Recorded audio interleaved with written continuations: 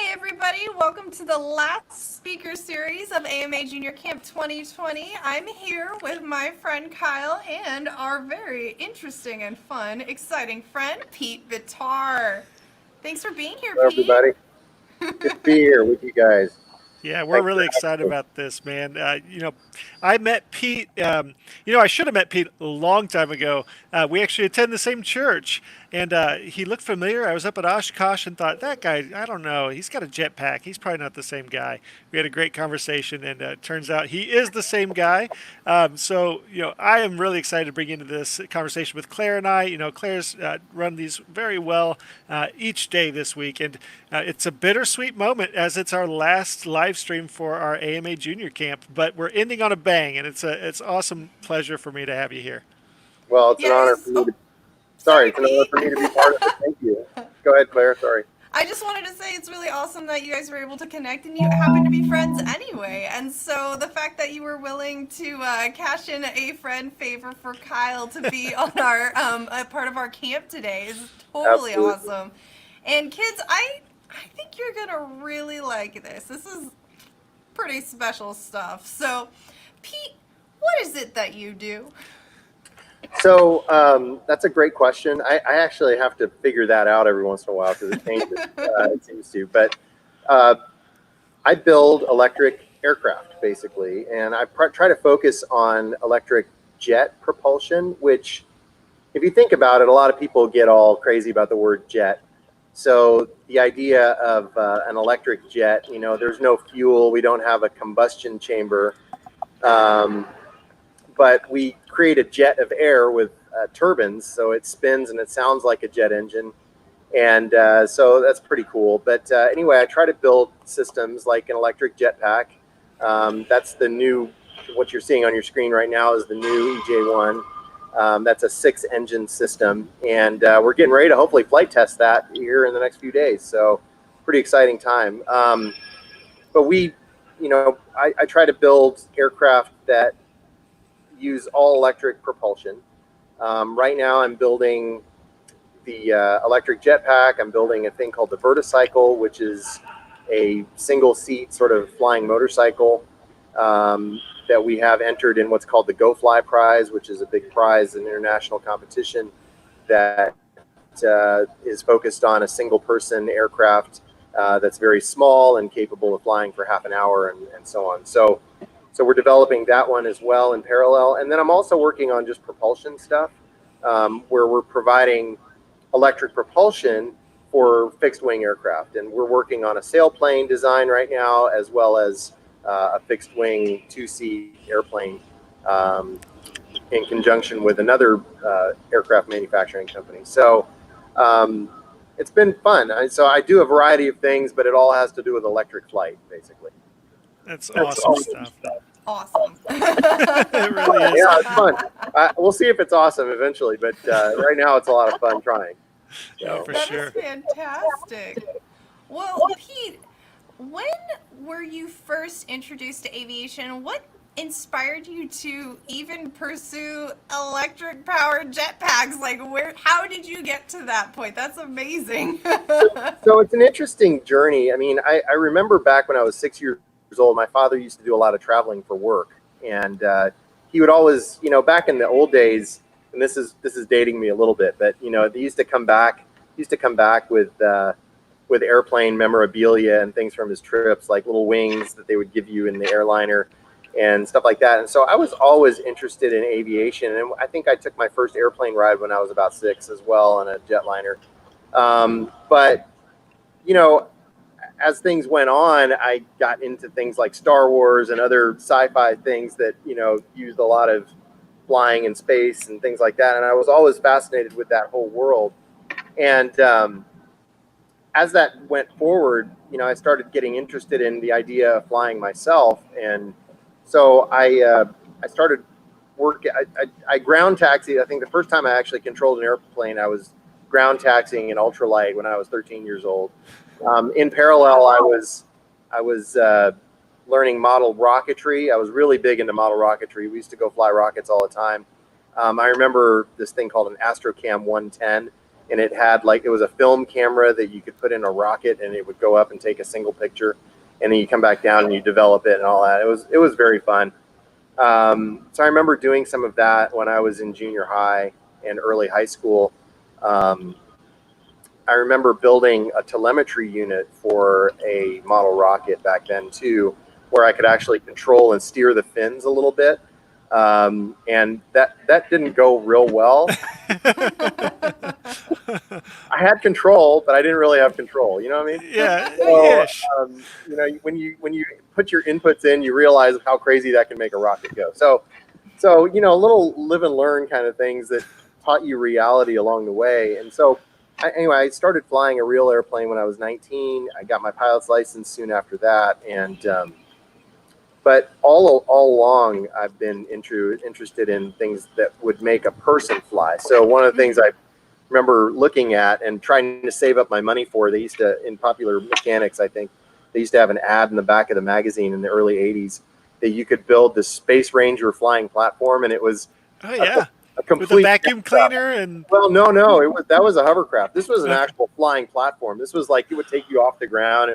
It was like, it used propane powered jet. That sounds safe. It was completely, I was 14. I think I was saving up money for it, and actually talked to the manufacturer of the engines and trying to get, you know, figured all this stuff out. And I remember the guy that actually invented the engines that they were using, I ended up talking to him. He actually took my call, which I don't know what he was thinking. And this is probably when you actually had to pay for long distance, so I don't know how I pulled that off. But anyway, I just remember him just saying, you know, you're going to barbecue yourself, in his like Hungarian accent. I think it was, I just remember that really well. You're going to barbecue yourself. So that was kind of, you know, where that started. And I think, you know, kind of with all of that experience, and I got into powered paragliding soon after I got married when I was in my early 30s. And I loved that idea of being able to take off from the ground with something on your back and fly like Superman. That was really cool. But that still wasn't, like, you needed good weather, you needed a perfect day, you needed a big open grassy field. I mean, just the conditions and all the things, the infrastructure that you needed even just to fly that. The aircraft itself was not much, but the stuff you needed in order to fly it was more. So the idea of vertical takeoff and landing was really appealing. And I worked on a few gas-powered aircraft after that. And then electric started coming into its own with drones and things. So I started building small drones and then heavy lift drones after that. And then ultimately we actually flew a lightweight person under a drone on tethers indoors in 2015. And it worked. It flew them around and stuff. We got in Popular Science that way. It was pretty cool. So all that to say, we started realizing that electric was really the big thing. And it kind of goes back to my model rocket experiments when I was a kid. The idea of control is really important when you're talking about flying, especially when you're talking about vertical flight. And so electric allows you to do a lot more in terms of control. You have very specific, precise balance that's computer controlled, multi-layered gyroscopes, you know, all of that. That started coming into its own as a technology and then becoming inexpensive and ubiquitous, you know, just really within the last 5 to 10 years. I mean, if you think about it, 10 years ago, people would call, when you said drone, the only references to drones in the media were like drone strikes in Afghanistan or something that the military did. And fixed wing airplanes that were just flown unmanned. They weren't really thought about as multi-copters that we do now, like Right. you know, $100 quadcopter you can buy at Walmart. But that has become so much more accessible. And so your barriers to entry, which means basically the things that prevent you from getting into a particular industry, especially with this kind of technology, has just come down a lot. Like the prices and the availability. It's so much more accessible. It is, and it's quality. And because, you know, competition drives quality and price both. So, you know, you can buy now for $50 a flight controller that probably cost millions of dollars just 15 years ago that, you know, you needed a Department of Defense contract to get a hold of. And it was like 5 times bigger, and, you know, it was ridiculous. So it's kind of amazing what you can do today and what this generation of kids has to work with just as building blocks that my generation could only dream about. I mean, it's amazing. Well, I think I love that you built off of your love for Star Wars, and I'm assuming Boba Fett with his jetpack.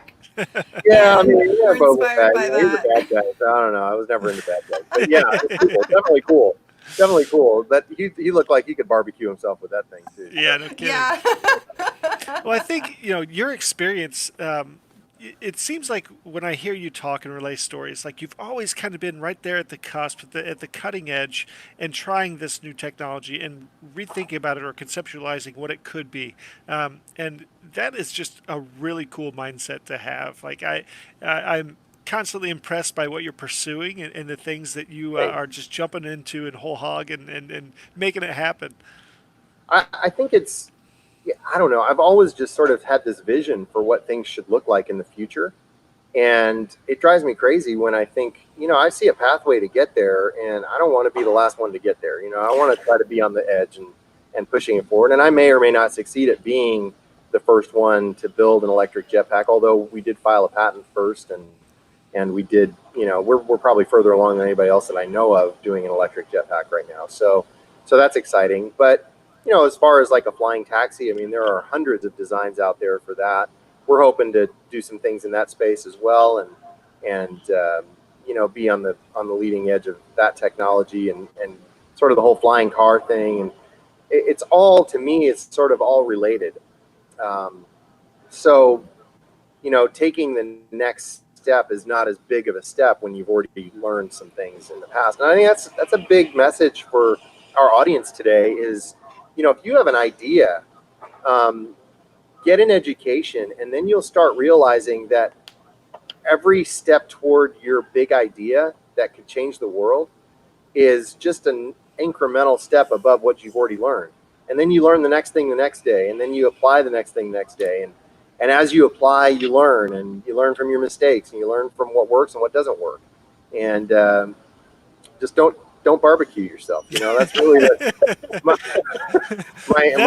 don't die crashing. Don't, be safety first. Safety's always first. But once you've learned some things in model aviation, and that's the beauty of AMA is that you guys do the scale work that allows you to learn, and if you fail, to fail small, where the risks are not to your body.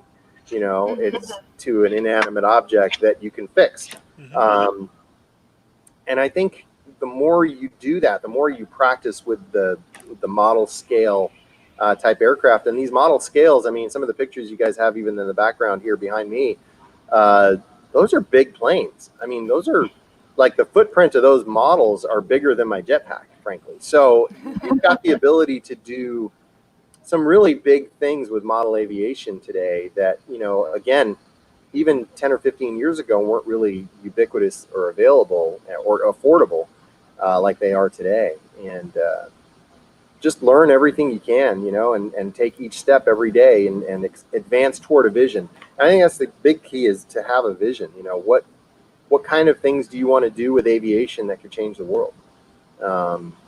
If you're inspired to do things with math, with science, with aviation, with physics, pursue those fields of study, but also play with stuff and set a vision, set a path for how you think what you can do will change the world in a better way because of these sciences, because of these pursuits. Awesome. That's great advice. Well, we actually have a question from a it's advice I'm viewer. still learning about today. I mean, I'm trying to take my own advice, every day. So.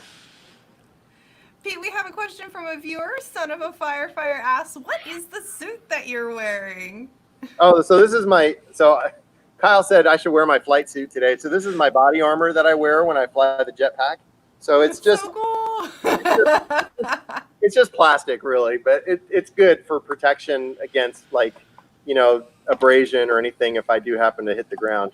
Well, like you said, safety first. You know, a you're marginal doing this in a safety, safe right. way, and a lot of times when you're doing these flight tests, you are in a somewhat controlled environment where you're tethered. You have a framework around you, and that's because you've learned from doing things other ways, right? Like Right. you know where those thresholds are. You know how Yeah. to do things safely, and where that safe limit is. Now, that doesn't mean Murphy can't bite you, which is why you Right. have that extra armor and things like that on. Right. Yeah, and I have a helmet as well. This is my flight helmet. It's got my logo on it and stuff. Yeah. So this is one of my flight helmets. I have another one as well that I use. That's a full face for when I'm doing more dangerous stuff. So, Yeah. but yeah, It's very it's always, superhero-esque. it's, but it's just armor. I mean, it's just like the superheroes are based on reality, and Oh, it's reality is just based on, armor. yeah. I just put on armor to fly my jetpack every day. Well, It's no big deal.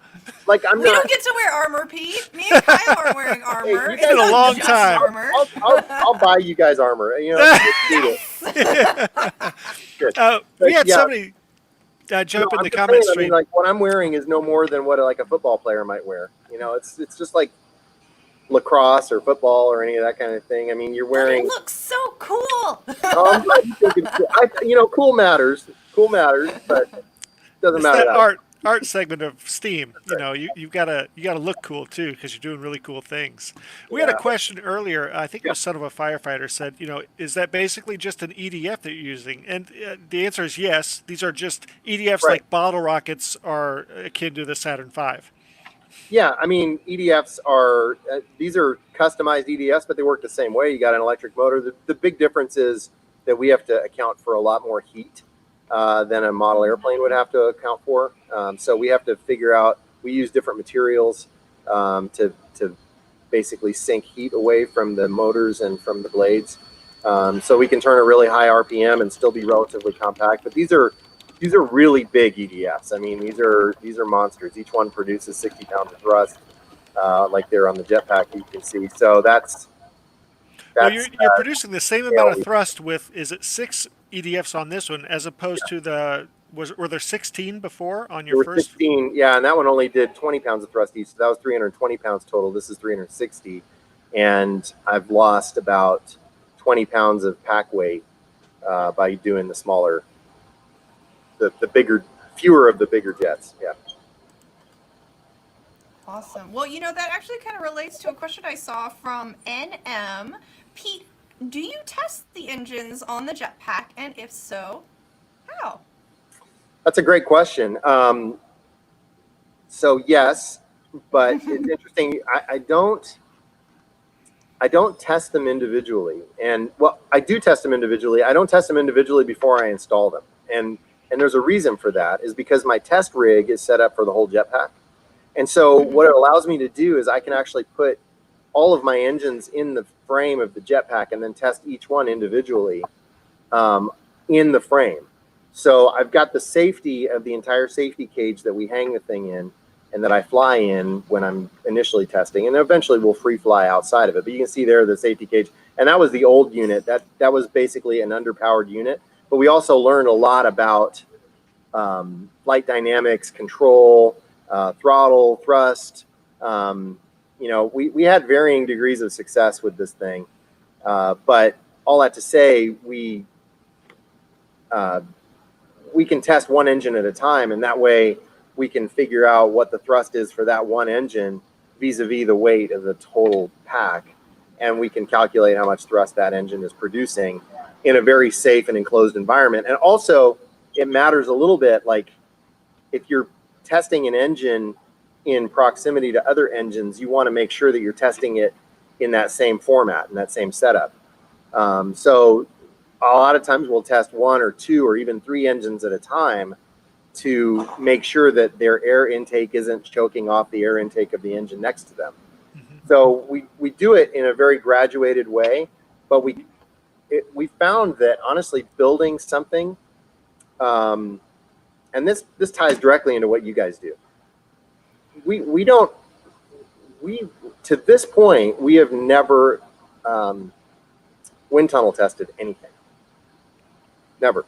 What? And in fact, we have never built a scale model of anything, nor have we built a computer model of anything. Wow. It's all just observation and seeing what the results are, and then modifying Direct, the design. yeah, it's calculations, and then it's direct to final build, basically.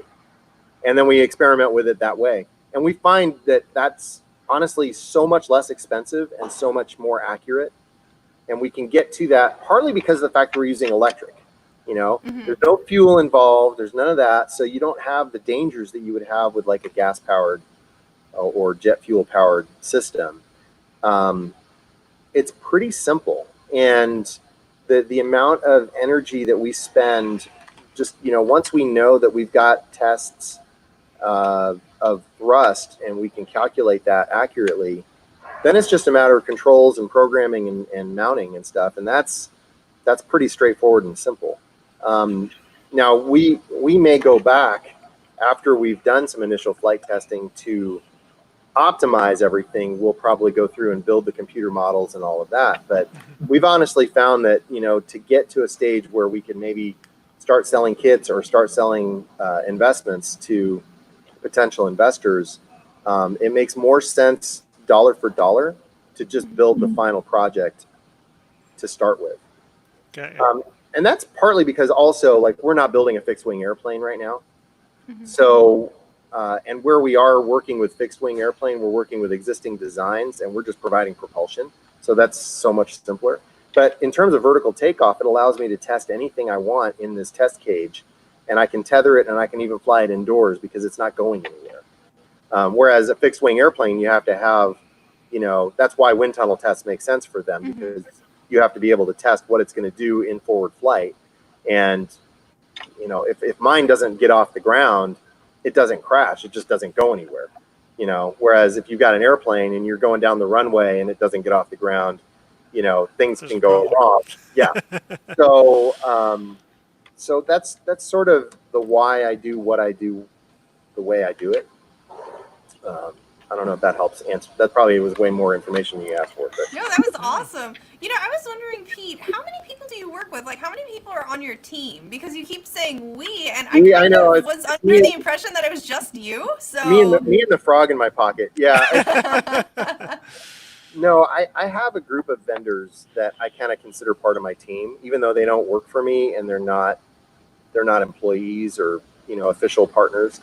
I do a lot with a fabrication shop here in the area. I do a lot with a guy named Paul Nurkala, who does a lot of my test flying of the unmanned stuff. He's a drone racing league pilot. He was the world champion in 2018. Yeah, goes by Nurk. Yeah, Nurk. Yeah. And so Nurk is a good friend of mine and does a lot of work on the testing side when we're doing unmanned flight testing. Not so much for the Jetpack, but for the verticycle and anything else that we do like that. Some of the heavy lift drone projects and things he's been involved with as well. So Nurk is kind of, but again, he doesn't really work for me. We partner together on specific projects and I pay him and he still does his other stuff that he wants to do. So, but I have no employees right now. That may change. I am working with a guy right now, and it's pretty exciting. It's still a little classified because we're not really to a point where we're ready to share anything. But I'm working with a gentleman who is Let's try to decide what he can stay safely. He's an automotive designer.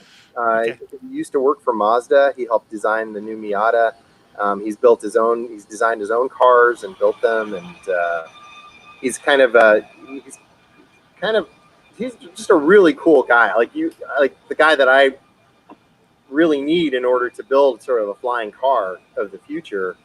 And so we're trying to design together, and we've kind of created a little joint venture on the side to focus specifically on that project, where we're building not an airplane, not a car, and not like some fusion of the two, but we're actually trying to build a flying car from scratch. Using some of my jet engine technology, using his automotive design technology, we're talking about making like a 3-seat aircraft that would fit in a 2-car garage along with your SUV. And you'd be able to pull it out and fly anywhere. It's a super exciting project, actually. I'm really, really That sounds stoked so about it. awesome. It's like a whole nother level, and but that's going to take a lot of effort, and so we're going to need a team eventually of engineers and designers and technicians and all of that. And so my hope is that we grow this company into something that has a bigger group of people associated directly with it every day. But right now, it's all sort of contract work and people that I can pull in to help me. That's one of the things that I think is so cool about what you do, Pete, is that you've just got so many irons in the fire. But here's the thing about that: you actually finish some of those irons as you move along. Some people will start and stop lots of things and never have the joy of success or learning from those things. Whereas you've got these things going. You're a creative individual. Like, just from me to you, like, it's exciting for me to see that. And touch on that a little bit. Touch about having all these different projects going and how they influence each other. Yeah, so that's a really good point. Each one sort of has a relative connection to the other. The things I'm learning about Jetpack will have an influence on, the flying car project. Verticycle came out of a drone project that, again, we didn't end up doing a whole lot with our heavy lift drones, although that's still in the works. We may do some other things down the road. But the fact that we're working with Verticycle right now, we came in second place in the GoFly competition in February for the Innovation Showcase. We're hoping that we can be a major contender for the final prize, hopefully next year sometime. That is an opportunity to also kind of get into another space. We're looking at doing racing, sort of like heavy lift drone racing, and or even people being able to race with our type of aircraft. So there's a market there, and the point is that everything gets used. Nothing goes to waste. So if you have a project that maybe doesn't become the commercial success that you want it to be, it's still useful in terms of what you can learn from it. Maybe some components or some layout or design feature or whatever comes out of that component development, and it becomes sort of the whole, it becomes part of the whole that goes into the next project. Yeah, you're learning those lessons across Right. the board, then applying them. Yeah, Right. that's really neat. That's awesome. Pete, we have a question here from Joseph. Would the flying car be autonomous? I don't know if you can talk about that, but that is a Yeah. pretty good question. No, I think that's a great question. And yes, it would be autonomous, or what we call semi-autonomous. I mean, you would basically tell it where to go, and it would be able to fly you there automatically. So you would need a pilot's license for this. Well, so that's a question for the FAA. Ask the FAA, yeah. Yeah, I don't think they know yet. But initially, yes, you probably will need a license to fly these things. The question is, what kind of license? I don't think they know yet. But to start with, I think that's how that will work. And then going forward, I think as people get more comfortable with the safety of these aircraft and as they prove themselves out over time, you may see more of an autonomous thing where, you have sort of like, just an attendant or somebody that helps you get in the thing, and kind of like getting on a roller coaster. Somebody helps buckle you in, and then you're off. And then you're good to go. So I got a quick question. I think Matt has an image ready to show of what you competed with at the GoFly contest. Yeah. So let's talk about that a little bit, because the ducks are much larger. It's using there it is right there. Yeah. So talk a little bit about how this performed. You mentioned you came in second place, but Yeah. as I understand it, like, yours flew the best. Like, in my opinion, like, it was really Well, awesome to see. It flew the highest. The other team didn't really get off the ground very high. I think they got off the ground like 2.5 feet, and mine flew up at about 13 feet. But it wasn't really. It was more about the design that they were awarding that prize to. It was the Innovation Showcase. And since mine was basically just a simple quadcopter, it wasn't that revolutionary. Although you know, But it worked. I have my, I'm yeah, kind I of was gonna digging say, that lawn so chair design, revolutionary is though. great if it doesn't fly though, but It yeah, I looks don't know. It looks comfortable, very doesn't it? relaxing. Like Yeah, I can just lean back and just be like, lounging and yes, flying my. take Yeah, me to HQ, like take me to headquarters. It's yeah, really How cool. relaxing. well, so this design is changing quite a bit. And I can screen share maybe. Can I screen share? You Yeah, I think absolutely so. can. So I'm going to throw up the more recent version of this. So we're redesigning the verticycle right now. The original verticycle was made for lift. The next one is made for speed because the next phase of this competition is really all about a race. I mean, it's basically a speed race. So hang on one second here. Okay, here it is. So I'm going to screen share. Let's see if I know how to do that. There's a button at the bottom of your screen I that says see share it. screen. I see it. And there was a question earlier while you're pulling that up about what are these noises and Okay. sounds that we're hearing. But Pete is at a shop there at the Innovation Center. Yeah, so this is my, okay, screen to share this. So this is, can you see it? Oh, there it is. There Yeah. it is. So that's Look at that's the new verticycle. And actually that's not even the final design, but yeah, that's the new verticycle that will basically be the layout going forward. And the reason I got rid of the ducted fans in this case is because they impede forward airspeed. They are not my jets, and there's a difference. So these are props in ducts versus turbines. So these don't really allow you to go very fast going forward. Maybe 50 miles an hour top speed with the ducts. Without the ducts, this could go over 100 miles an hour. Oh my And goodness. we're also planning. You can see my cursor moving back here. We're actually going to mount some jets horizontally to give this more forward thrust. So you have Because 100 miles an hour isn't fast enough. So well, let's no, throw I some think jets on there. well, in truth, it's unmanned when you fly it for the GoFly prize. So I don't care honestly. If we can fly, we'll just add the speed little by little. But we're thinking 100 miles an hour with jets. Okay. Without jets, probably like 70 or 80. With jets, maybe up to 130. I don't know. We'll see. Oh my goodness. So yeah, so this will be the new layout, and I'm pretty excited about it. We're also looking at getting rid of these side batteries here and just making it one long battery down the middle to help with wind resistance. Yeah, that brings up a So- great question, actually, Pete. What batteries are you using for this kind of technology? So for this one, we're actually using Tesla Model 3 batteries. Cool. Straight out of a Tesla Model 3. These packs, there's like 12 of these packs or something in Model 3, and we're using 4 to 5 of them depending on the voltage we decide to run with. So yeah. And what's the flight time on that? That was a question from earlier. So 32 minutes. 32 minutes I per could charge. get to work. Yeah, Especially at 130 mile an hour. yeah, well, yeah. So yeah, it's really actually pretty cutting edge, and especially one of the parameters of the GoFly prize is there's no dimension, no point to point that can be any more than 8.5 feet. It has to be within 102 inches, which is really constraining. I mean, that's been one of the biggest issues, and it also has to be quiet, which is why we're not using our jets, is because our jets are a little bit louder, even though they're electric. They're a little louder than what this. Yeah, they're not that loud because we're not burning anything, but they're still louder than this. They're pitchier. So so this allows us to fit all of the constraints that the GoFly prize sort of puts on us. We have a question from Tyler here. He wants to know, how high can it fly? Or how high would it fly?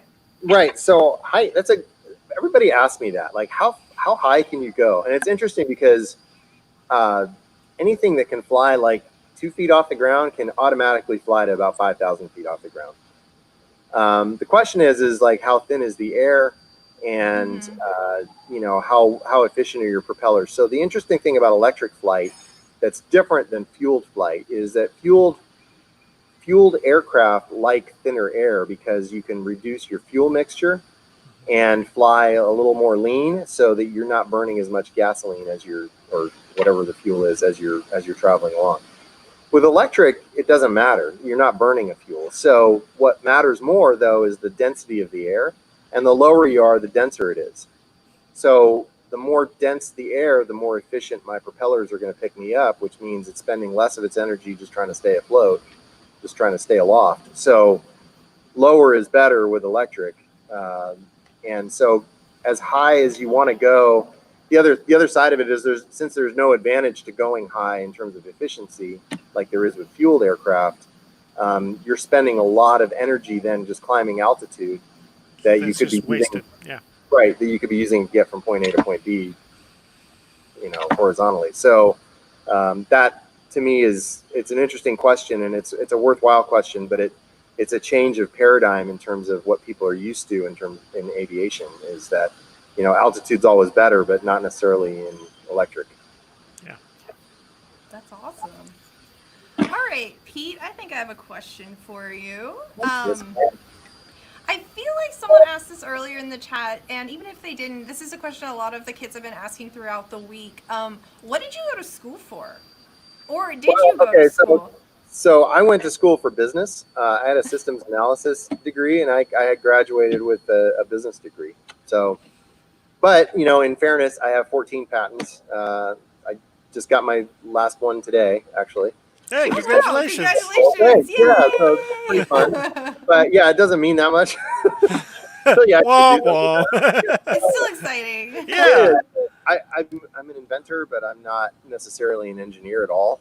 In fact, I know I'm not an engineer at all. I have no engineering background, but I've done a lot of things with my hands, very hands-on, that I've learned probably a lot of what you might learn in engineering school. So if I had to do it over again, knowing what I would have ended up having to do with my hands over the last, especially 10 or 15 years, I might have gone and gotten a mechanical engineering background. That would have been really helpful right about now. A little bit of a jump start, yeah. Yeah, for sure. This on-the-job training stuff. If you're interested in getting a degree in something, I mean, there are going to be degrees or certificates or something coming down the road that don't even exist today, or are just starting to exist today. One of the things I'm finding that I really need help with a lot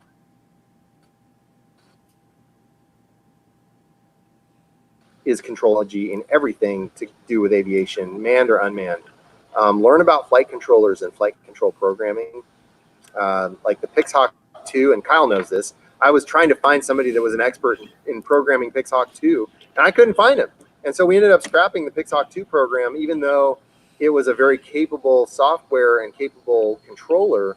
I couldn't find anybody that knew how to program it well enough to take advantage of the advantages that it gives you. So I ended up actually going to something much simpler, and it was, problematic. I mean, it didn't let us do what we wanted to do, especially with our drone projects.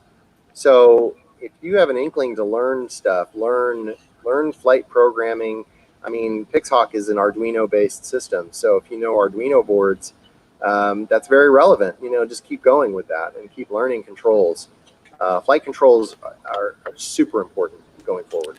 And if you're an expert in Pixhawk, contact Pete later. Yeah, please. I got to pick that back up again now that we've kind of put it on the shelf. But yeah, I'd love to talk to you if you know Pixhawk and you live in the central Indiana area. I got a question for you. Us too. Yeah, please. Oh, we have, yeah. So with the Jetpack, this is a question I had, and it's somewhat related to the Pixhawk question. Is there a flight controller on there that aids you in those flight operations, or is it just changing of your weight? So yes and yes. Right now, it is. We're in a stage where we're testing with the new engines and everything. We're still waiting for our final speed controllers for a few of our engines. We're still waiting for parts. With all the COVID stuff that's gone on, all the components have been super delayed, especially for the custom stuff that we do. So we're waiting for those final components to come in, but we've found some components in house that we might be able to use for it. So we're trying to see if I can build the Jetpack and get it flying without those other components. The goal is to have a flight controller on it eventually. But for right now, we're going to test and see if we can get it to be self-balancing. The engines counter-rotate, and from each other. So some turn left hand, some turn right, or clockwise, counterclockwise. And what that allows us to do is balance the aircraft sort of so that it has inherent stability. We want it to get to a point of inherent stability so the flight controller is not fighting what it inherently wants to go to on its own. Yeah. So we go to inherent. If we can get it to where it's completely inherently stable, then we can actually maneuver it with just body shift. So pull the handles toward you to go forward, push them away to go backwards, sideways. So that's where I'm at right now with the flight testing. So we'll be able to actually flight demo it without a flight controller once it's balanced. But eventually we are going to add a flight controller, probably a pretty simple one. We don't actually need Pixhawk for the Jetpack. But a simple flight controller, since the pilot is in the aircraft he's flying or she's flying, it allows you to take off and land and fly around and maybe even have like preset, maneuvers, like fly a figure 8 and just hit a button and it'll go fly you around. And what that does is it enhances some of the capabilities we want to add to the Jetpack over time. And these are going to be basically software patches where we can have once we've sold Jetpacks, we want to be able to add maneuvers. So we can program that in the flight controller and send out patches and have what we call, one of the things we want to do is called summoning. And this is very Iron Man-esque, so I apologize. It's not science fiction though, but the idea of being able to tap your finger or hit a button on your smartphone and have the Jetpack fly from wherever you've got it stored and fly and find you and hover right behind you so you can get in it, strap in, and then go. Yeah, that's cool. I mean, I want to do that desperately. It's going to be awesome. Well, it's fun to see people do that with their Teslas. Like, hey, I'm at the grocery store, come pick me up, and their car comes around. So it's kind of the same idea, except to the nth degree. Like, how cool is that to have your Jetpack come pick you up? Like that's So my dream is to have a Tesla Cybertruck with the Jetpack in the back, and have it the hatch opens up on the Cybertruck and the thing just takes off and finds me and land hovers above me, so I can just get in it while it's hovering and then fly away.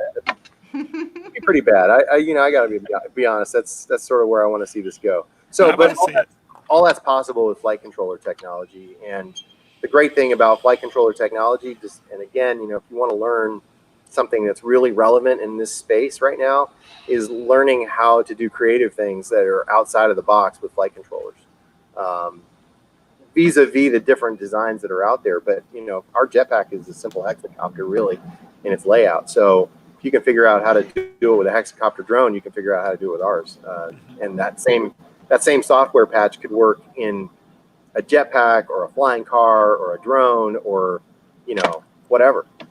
So that's pretty cool. That skill set is something that has so many different applications, and what I've kind of outlined with the summoning capability is just one of those. But the imagination is your limit to what's possible. It's definitely not the sky, man. No, definitely not the sky. Yeah.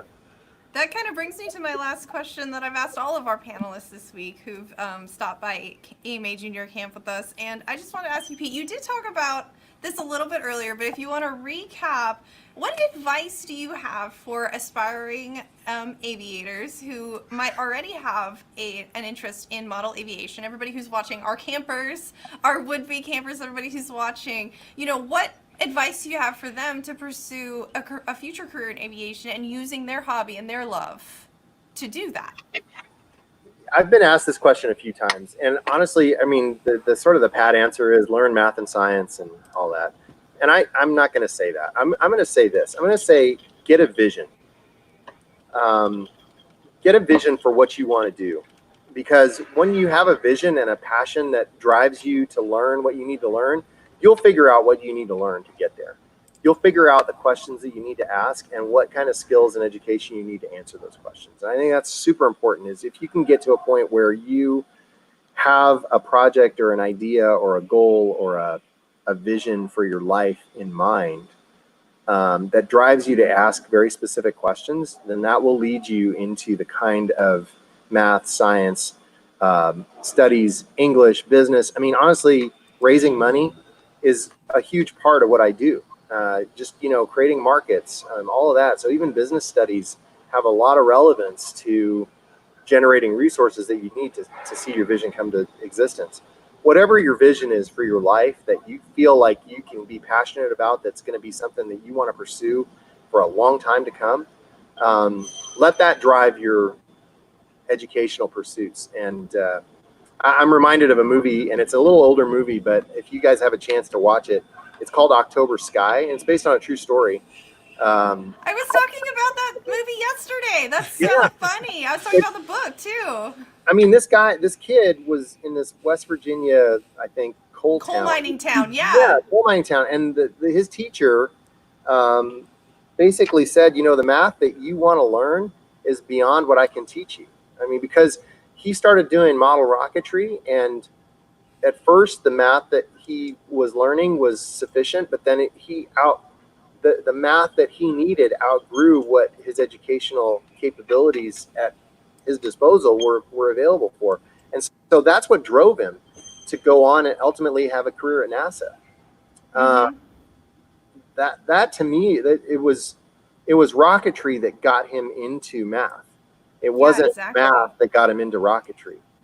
And so I would say, if you have an aviation hobby right now that gets you into science and math that you need to understand better, be passionate about those things and be excellent with it, and pursue that, and let that drive what classes you take and what you need. And you'll find that you'll be able to apply those sciences and those studies to what you're doing a lot easier than if you're just, I'm not going to tell you just, do well in math, do well in science, and then everything else will come to you. That's not the way it works. Awesome. Good advice, Pete.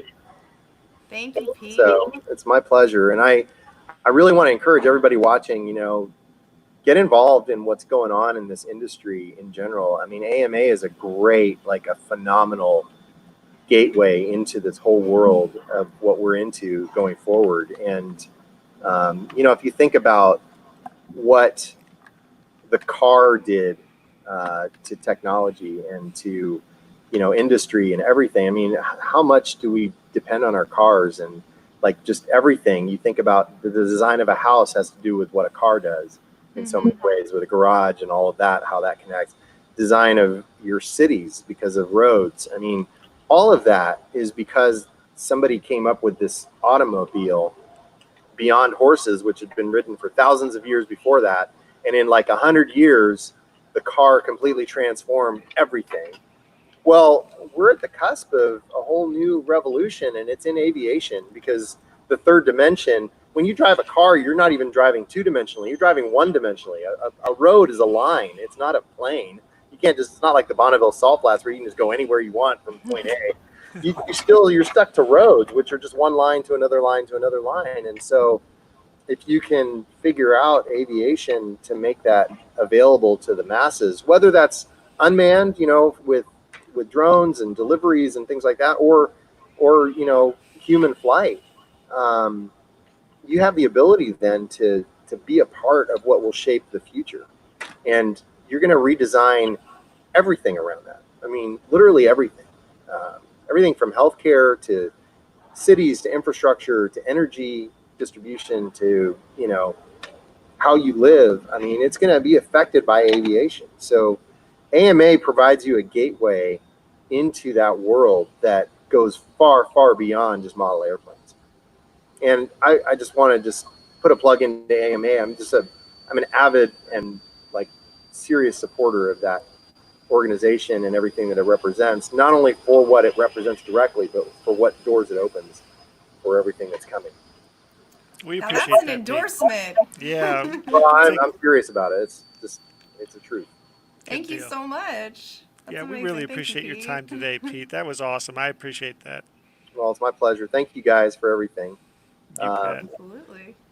Let me know if I can be a part of anything going forward. I'll keep you guys posted on Jetpack development. Please We do. will share. Yeah, I'm excited to see it. I'm excited to see it. Absolutely. Awesome. Well, thank you so much, Pete. I want to thank everybody for being here today for our last AMA Junior Camp guest panel. I can barely say it because I am so sad. But Kyle has a few words he wants to say before we wrap it up. We have a lot of people we want to thank, not only just our campers and our viewers, and of course Pete and all of our panelists, but there's a few other people out there that deserve a pat on the back. And if you've been watching the other live streams today, you may have heard some of this spiel, but it's an important spiel to give because we truly thank these individuals and all those that have made this possible. If I happen to miss your name, I apologize. But to echo Claire, and once again, thank you to the junior campers. This has been an enlightening and eye-opening experience for us. We've truly enjoyed having these conversations with you and appreciate you more than you even know. A special thanks to Newbie Drone, Beta FPV, the NASA Subscale Model Team at the Armstrong Flight Research Center, a Drones in School program, Electric Jet Aircraft with Pete Bitar, Horizon Hobby, Hampton Inns and Suites, and of course all of our other community partners. Truly, we do appreciate it. And on a personal note, I just wanted to real quickly say, Claire, thank you so much for all your efforts involving Camp AMA. You took this mission from me in terms of, hey, we're doing this virtual camp, let's make it happen, and you made it happen. You wrote some of this, you remodified some of the existing plans and made it work for this virtual experience. And so I think we should all thank Claire specifically. Of course, also we have to thank those who financially supported us on Facebook. There was a foundation. We did a little fundraiser. Yeah, foundation fundraiser. So we had some that donated there, so we appreciate that very much. Thank you. Gary Himes, District 6 Vice President at the Academy of Model Aeronautics, made a large contribution. Thank you to you. Tim Jeske, District 7, a similar contribution as well. Contact those guys and say thanks on our behalf. And this is me saying thanks right now. Gotta throw a shout out to Dylan and Matt, our producers. Thank you to our producers. I love you. Greatly appreciate it. Rolling with punches, dealing with technology issues. There's so much that goes on behind the scenes. You guys don't realize it. There really is. Our social media coordinator, Ashley, thank you very much. Liz, who's our editor on all these projects, she did a great job. It was quick turnarounds, and we appreciate that. Of course, Lynn did some more logo work and other design help, so thank you there. And of course, Ben Flesher, knocking out our emails, and we greatly appreciate all the assistance there. To the entirety of the AMA staff, from the education department and from me personally, thank you. Thank you for helping us make this possible. Claire, any words from you? Well, thanks to our staff for putting up with all the nonsense. It's because of their hard work that Kyle and I got to have so much fun this week. It seems like, all we did was make paper airplanes and rockets and stuff, but there were like Kyle was saying, so many people contributed to the success of this. And plus, this is the first time we've ever done a virtual camp. So I say, let's see. High five, Kyle. Oh, where we at? Oh, we're here. High five. No, it went great, and we're going to be doing these again. We had such a great response. And honestly, if you guys are not members of the Academy of Model Aeronautics, what are you waiting for? What are you waiting for? This is the kind of fun stuff that we're able to do to present. Our mission is to preserve the hobby, to increase the awareness of it, and to just have a good time. Like, where else can you go in and join an organization that's all about this hobby and just exploring the skies, because they're not the limit. And we look forward to bringing you on board whenever you're ready to sign up. Absolutely. Well, thank you so much, Kyle. Thank you, everybody, for being here. I'm sad camp's over. I'm really going to miss you guys. So you can get in touch with us. You've got our email addresses. Email us. education@modelaircraft.org. You can get a hold of me or Kyle. We'll be happy to answer all your questions. All these projects are going to go live pretty soon, right, Kyle? So anybody can download them. In the next week or two, we're hoping to have that all finished out and ready to go. And I have to mention, Claire did a great job, along with some other staff here, of building a survey that'll be going out. Yes. So that survey is really focused on the parents or the guardians who have helped you as campers to explore this experience and enjoy it. We asked that you would it'll probably take about 5 or 6 minutes to fill out. It's not super long, but it will really help us to grow. Yes, it's going to help us so much. Yep. And if you have any additional comments, of course, outside of that survey, feel free to call, email, write, whatever that is. You can get a hold of us, and we're excited to hear from you. So we're going to miss you guys. Thanks for joining us here at AMA Junior Camp 2020. We'll see you guys for AMA Junior Camp 2021. Can't hardly wait. See you guys. Bye.